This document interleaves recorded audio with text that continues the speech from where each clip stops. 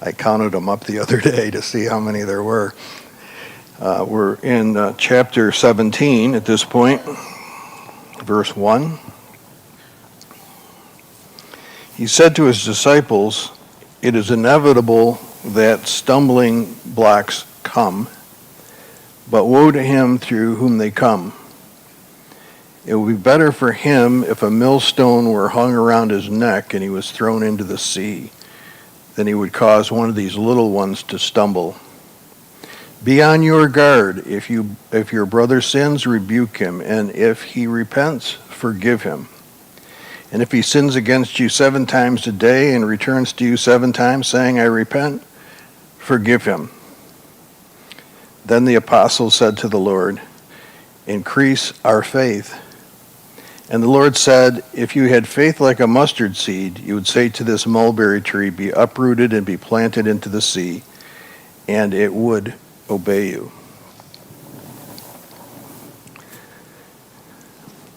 I did a lot of thinking on this passage, and I actually consulted with another pastor on some points of it, because at first I couldn't see how these 3 things fit together. And I have this kind of belief that things are not randomly put together, that they're put together for a reason, and I had a little trouble understanding how they went together, but I think I've got it. And if I can open up my sermon, then we will talk about it. Okay, I call this sermon "Thrown into the Sea." Slideshow from the beginning. There we go. If you're listening online, actually we've been having more people viewing these sermons, and so if you are listening online, or if you are here and you are sometimes listening online, be sure to like the thing so that Google thinks that there might be something of value there. Thrown into the sea. There's an Old Testament law that says, "You shall not revile the deaf or put a stumbling block before the blind. You shall fear the Lord your God. I am the Lord." Now, what does this mean? I mean, in some versions it says, "You shall not curse the deaf." Well, I'm kind of going deaf, and if there's a conversation going on and I pretend I heard what you said, I might not have really heard what you said, but I'm trying to pick it up without letting you know that I can't hear that well anymore. But deafness is definitely not a good thing, and it would be really mean for somebody to curse me when I can't hear it. Or it would be really mean, I can't see either. I have these trifocals, and if I don't have these things on, I can't see anything. I can't read anything. And it would be really mean of you to stick your cane out in front of me, Jack, and trip me. And basically what this law means is, be nice to people that have limitations, and don't do things to them that are mean. And Jesus in this particular passage talks about stumbling blocks. Now, of course, Jesus himself is a stumbling block. He was prophesied to be a stumbling block, and people do stumble over him. They don't like what he says, and they will stumble over what he says, and they will figure out a way to not accept what he says, but that can't be helped. But what can be helped is our own attitude towards other people, because you are the only person that represents God to the person who is around you. And when they see that you are a member of Cheshire Community Church and that you are a professing Christian, they are going to expect you not to be a hypocrite. They're going to expect you not to be a liar. They're going to expect you not to steal stuff, and so forth. They're going to expect you to put God first and have a mouth that isn't giving blasphemies. Sean works in the public sector there, and people that come from Church A or Church B in Canandaigua, and they're GD this, and all speaking terrible language, and yet they're a leader in their church. That ought not to be. So stumbling blocks that people put in front of other people, especially little people, God is not really pleased with that. So he said to the disciples. Now throughout the scriptures it says, Jesus said to his disciples, Jesus said to the crowd, Jesus said to the Pharisees. You know, you have to look at who he's talking to. This particular passage is just for us. Anybody who's seeking to be disciplined by the teachings of Jesus is a disciple. So he's talking to the disciples, and he says, occasions for stumbling are bound to come. They're inevitable. I mean, sometimes just a careless thought that we might have would cause somebody to stumble. Or a careless thought somebody have might make us stumble and become bitter. And Jesus warns against this. And the whole passage has to do with how do Christians, disciples, reconcile among themselves and be a good testimony. It would be better for you to have a millstone around your neck, be thrown into the sea, than for you to cause one of these little ones to stumble. I mean, there's some priests that have an awful lot of danger ahead of them if they've molested a child. And the same way, we have to be careful that we don't cause a child to stumble. I mean, I've talked to a lot of people over the years, and one guy said to me, well, you know, I was riding my bike behind the what is it in Victor, St. Bridget's? No, that's Bloomfield. St. Patrick's. And the priest came out and screamed at me not to be riding my bike in the parking lot, and so I never want to go to church there. Things like that. I've heard the same thing about the Methodist Church in Victor. Well, my driveway had a car parked in it, and it was broken down, so I parked my car in the Methodist Church parking lot, and some shrewish old lady came out, you can't park here. So therefore, I never went back to church. I've heard stories like this quite often, so we need to really be careful. Now, if you're driving on 5 and 20 into Lima, before you go down the hill, you'll see two millstones, huge millstones on the side of each side of the driveway.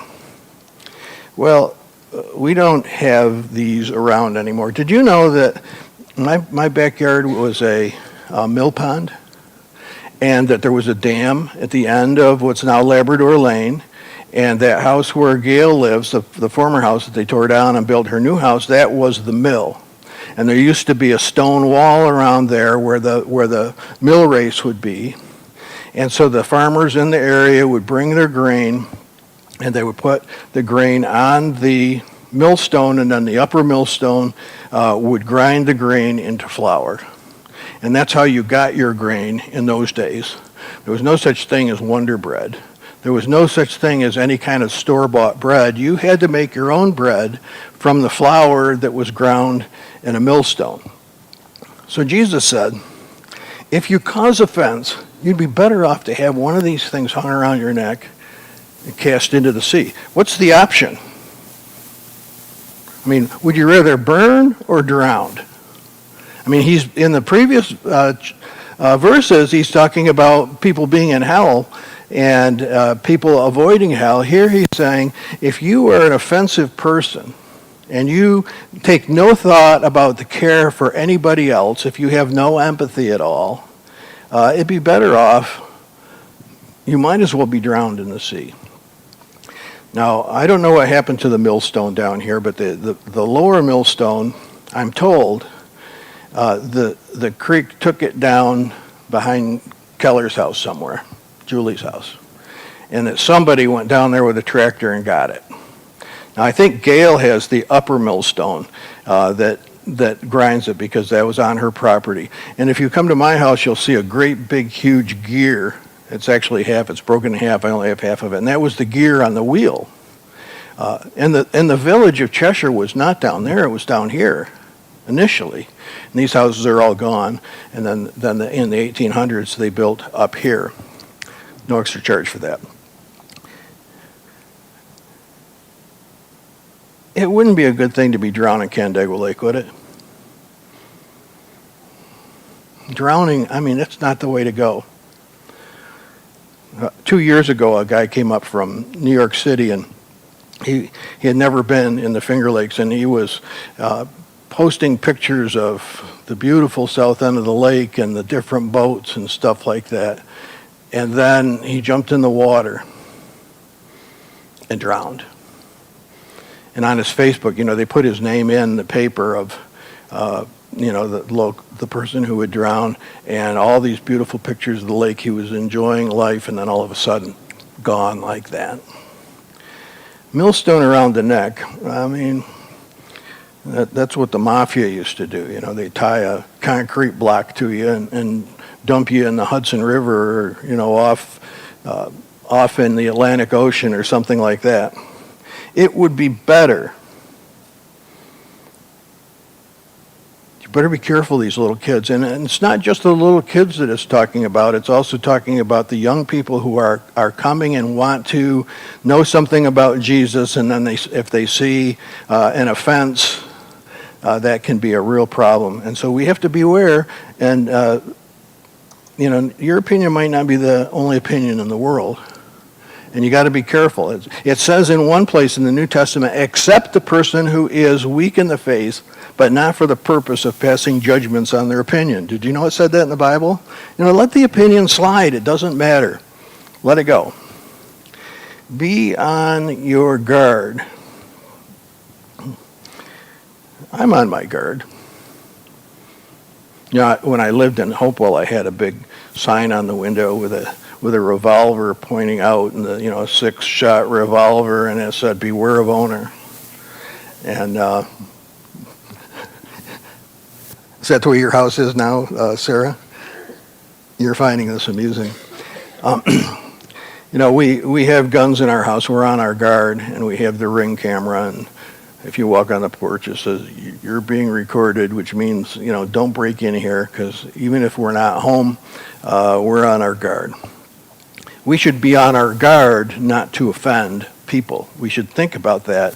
And we should also think about it when people offend us, because that's where Jesus is going. Notice it says, "You must rebuke the offender."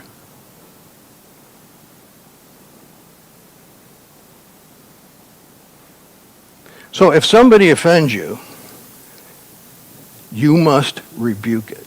You must say, "Do you know how that made me feel?" Or, "That wasn't a very nice thing to say." You know what happens if we let that go, and then they just continue on doing things that are going to bring a millstone upon their own neck? You must, it says, rebuke the offender, and when that person says they're sorry, you must forgive it. This is talking about one-on-one interpersonal relationships. I've probably offended every single one of you at some point over the years. Be my guess. And you've forgiven me. And some of you have offended me, not all of you, not Sean, but pretty much everybody else. Well, when I say I'm sorry and when you say you're sorry, we forgive it. This is good advice for marriage too, but it's talking about in the church. In fact, when Matthew talks about this, it's one of the only 2 times in the Gospels that the word church is used. Peter gave his confession, and Jesus said, "I will build my church." That's the other time.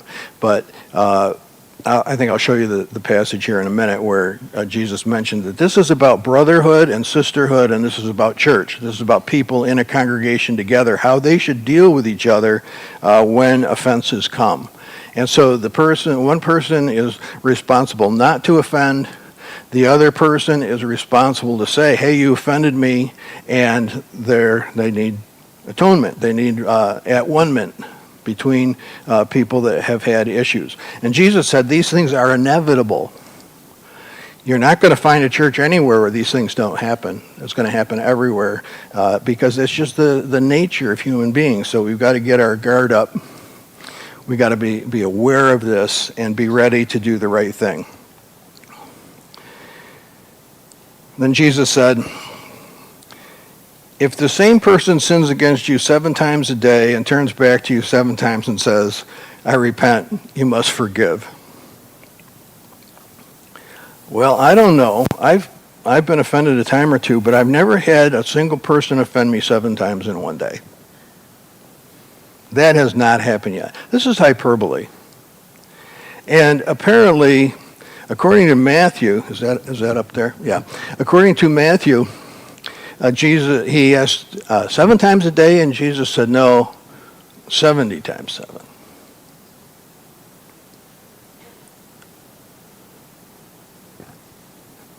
So now we have 2 churches. We have the First Baptist Church of the Sevenfold Forgiveness and First Baptist of Unlimited Grace. Church split over the two verses. You know, if you ask almost any group of Christians if they believe the Bible, they'll say, of course we do. It's the difference in interpretation, and it's the difference in which passages are given more emphasis than others. And so if somebody just had the book of Matthew, they'd say, well, Jesus said 70 times 7, but Luke recorded that Jesus initially said 7 times. In both cases, they're ridiculously high numbers. And it's very unlikely that somebody would do the same thing to you 7 times in one day. And so Jesus is using the idea of hyperbole to make sure that people understand that this is an unlimited teaching. This is not something that, if you get to some, I would be pretty irritated if somebody spit on me 7 times. Wouldn't you? I mean, 7 is enough for us to understand that this is an endless number. And so the disciples immediately said, I'm going to need more faith for this. Lord, increase our faith.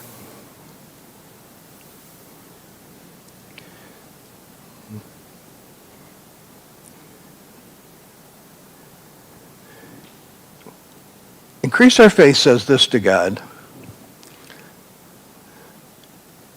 You're going to have to do it. I'm not going to be responsible to do this. You're going to have to give me the faith to do this. And I think it's kind of an excuse. Now, maybe you can interpret this a little bit differently, and that's okay because we have our own brains and how to think things. But I think that the disciples were saying to Jesus is that unless I have more faith, I will not be able to forgive 70 times 7. That's my guess anyway. And the Lord replied, if you had faith the size of the mustard seed, you could say to the mulberry tree, be uprooted and planted in the sea, and it would obey you. Now, in Protestant circles, Martin Luther came up with this himself. He saw that there was a lot of legalism and people thinking that they could be justified by keeping the law, but the Bible says nobody can keep the whole law. And so if you look at the book of Romans, Luther looked at the book of Romans and he came to the conclusion that people are justified by their faith alone. And that's the split between Catholicism and Protestantism. Because Luther said, no, it's faith that saves people, not works. And of course, it went to 2 extremes. There were people that said works. There were people that said faith. But I want you to understand that this is something that is not well understood in the church, that faith also implies faithfulness. It's not just, I believe, and then therefore everything's cool. In fact, the Apostle James said, I'll show you my faith by my works. And others were saying, no, I'll do my works, and then that'll show my faith. There's a little truth to both of them, but without the faith, it is impossible to please God, the scriptures tell us. And so faithfulness is the fruit of faith. So the Lord said, if you had faith the size of a mustard seed, you could say to this mulberry tree, be uprooted and planted in the sea, and it would obey you. So in the first verse, a couple verses earlier, we have somebody who has caused stumbling, and they are drowning in the lake with a millstone around their neck. Now we have a mulberry tree that can be cast into the sea. So there has to be, some correlation, and this is what I was struggling with earlier in the week. How do these things go together? I think I understand it now. I thank God that we have the internet, because there's information out there. If you'll dig for it, you can find it. So we see here that Jesus is standing with his disciples. He's teaching his disciples, and he's standing adjacent to or underneath a mulberry tree. Well, this tree over here that obscures our church, it's actually on our property, but it's kind of goes with this house over here, because and it hangs in the driveway, and if you drive by the church you really can't see it because of the limbs, and that's a mulberry tree. And every year there's the mulberry fruit on it, and you can't see it because it's up so high, but they fall in the driveway. And if you want to lick them out of the dust, you can have a mulberry. I'm sure the birds do love them. But this is no ordinary mulberry tree. It's translated mulberry, but let me show you something about this.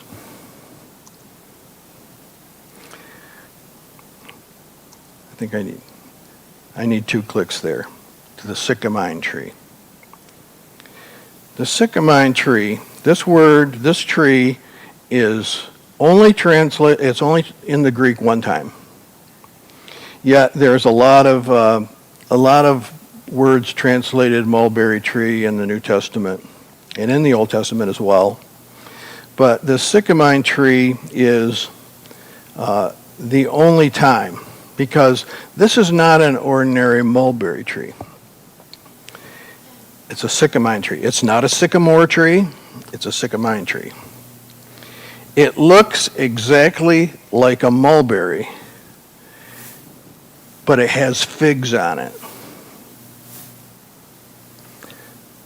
So if you're going along and you see, I think it must be mulberry season, I think I'll stop and get some. I'll have a mulberry pie, just like Grandma used to make. And you get to it, it's got figs on it. Weird indeed.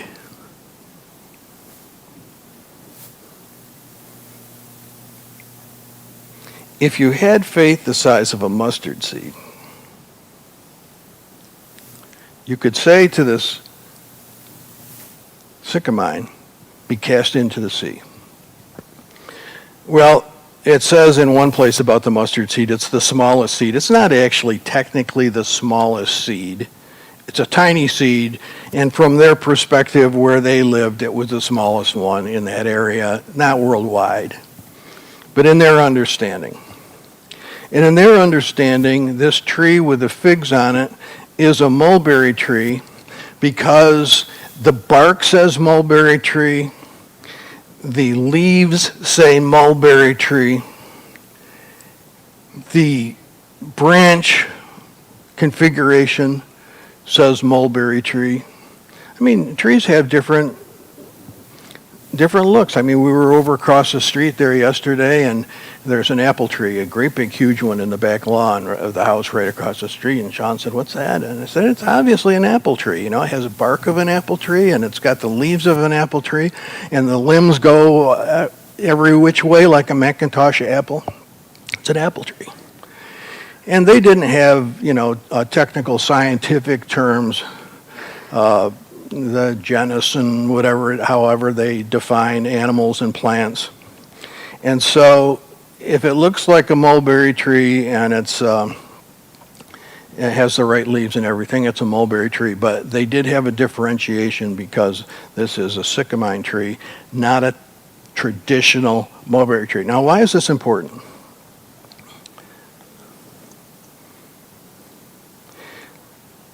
Next slide. Look at the roots on this thing.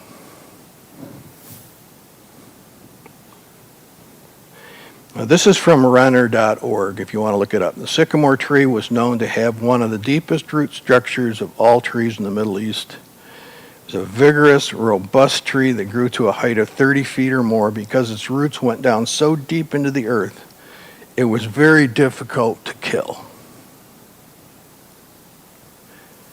So they're standing there and they're seeing all these huge roots that go out and then go down. And it's the most rooted tree that there is in the Middle East, according to what I read on the internet. And Jesus said, all you need is a speck, and you can throw it in the sea.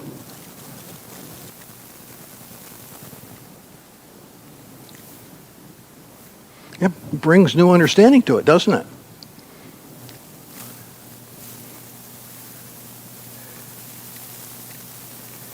Next slide, please. A mulberry with figs. Now, as I told you one time before, and I got some pushback, I don't really like figs. But Susan, she loves them. And Paula, Priscilla, she likes them too, right? Well, if you came up got the fig off the tree that you thought was the mulberry tree, the deep-rooted tree that isn't going anywhere, and it's like a weed tree. You know, we have these terrible little weed trees that like to grow on our property, and if you look at them, they look like a cherry tree. The bark looks like a cherry tree. But when they grow up in the middle of your plant, there's thorns on them. You got those things? Okay. So I might think that that's a cherry tree, but it's actually a thorn tree. So this tree being different, if somebody came and got a fig off of it, they are like a crab apple. They're not edible. They look like figs growing on a mulberry tree, and you grab a hold of it and you take it like sour grapes, wild grapes or something like that. And so Jesus is standing there and he's teaching them about offenses and bitterness. They say, well, 70 times 7, that's going to require a lot of faith. And Jesus says, no, it's not going to require a lot of faith, and it's up to you to do it. It's up to you to forgive. These trees, if you cut this tree down when it's little, it will come right back, just like those thorn trees. You can't get rid of it. It doesn't matter how much rain is missing from the environment, it will not kill it because their roots are so deep, and it's like bitterness in the heart of people. I can't forgive them. We're all subject to that. Every single one of us have had people do stuff to us, and it's been very, very difficult. But Jesus says, you can do it. Your faith will allow you to do it. You can let it go. Sometimes it's really easier after they die. I didn't put this in the sermon, but in the Middle East, they will use this tree to make coffins. Didn't really apply to what I'm trying to say, but I just mentioned that it's a very hard tree that will not decompose soon, and so they would use it. When somebody passed away, they'll put them in a coffin made out of this kind of tree, and then it would preserve the gravesite. It's a tree that represents bitterness and death, and it needs to be thrown into the sea. Something's got to be thrown into the sea. Let it not be you. Let it be the bitterness that is inside of your heart and the unforgiveness for whatever the situation is. So Paul says in Hebrews, pursue peace with everyone and the holiness without which no one will see the Lord. See to it that no one fails to obtain the grace of God and that no root of bitterness springs up and causes trouble, and through it many become defiled. I'd like to hear what you have to say.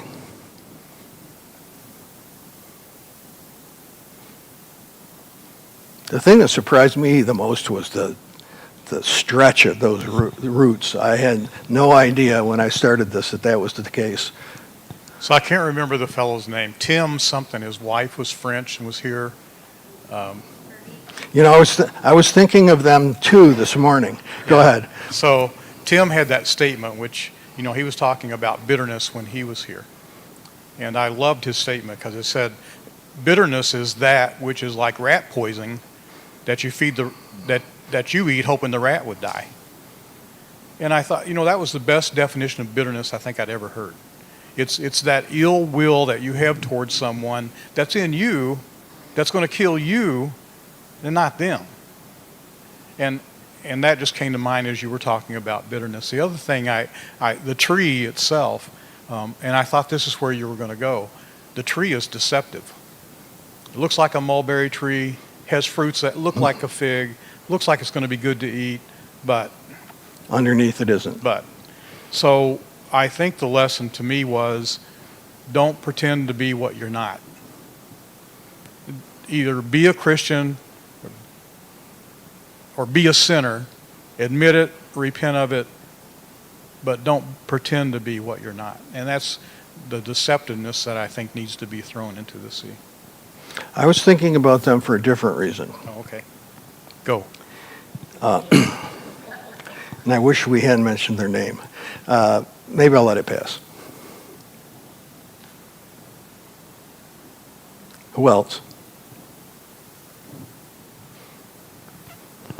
You can count on Keith and Crystal and Jean.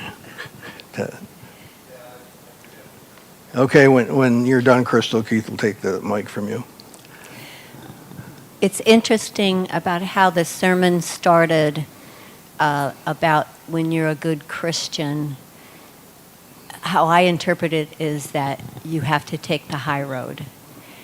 And we were just talking about it this morning about a couple of situations that we've run into. It'd be very easy in your life to just be frustrated with small things, and then you can try to seek revenge, but it always backfires. And I think my husband and I both, if I can speak for him, have found that when we take the high road, even on the big things, little things, etc., it always comes back to us to be the right thing and the good thing, and then you not only feel good about yourself, but it even seems to It's a testimony. be right. It is. It's amazing, and particularly as a Christian, I find it easier to do now than before I was a Christian.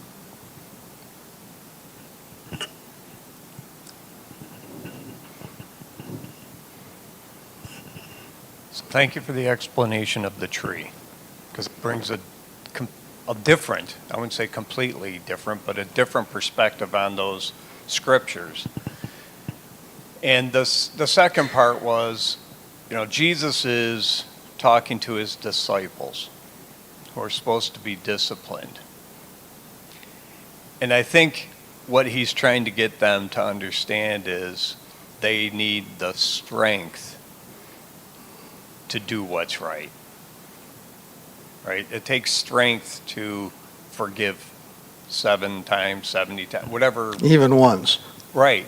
You know, and it takes discipline and strength and understanding God's will so that you aren't a stumbling block to somebody else. And so, you know, he's telling us, you know what you need to do.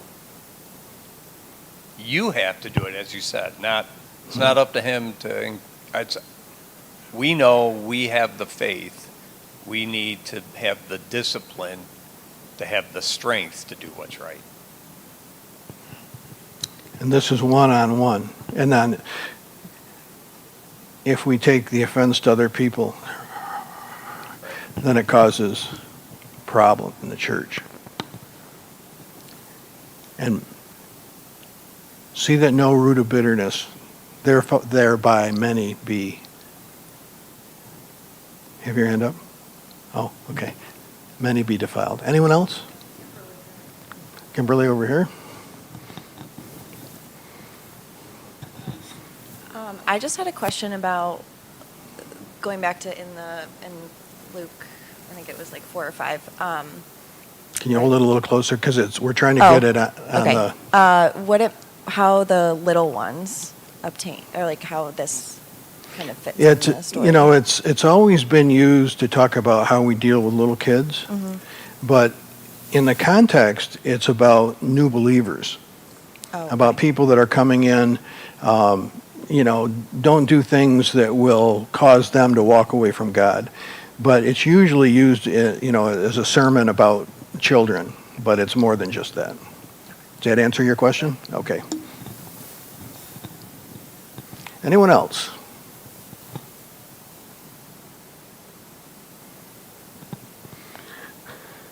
So just get a little tidbit of your faith and do it. Forgive it.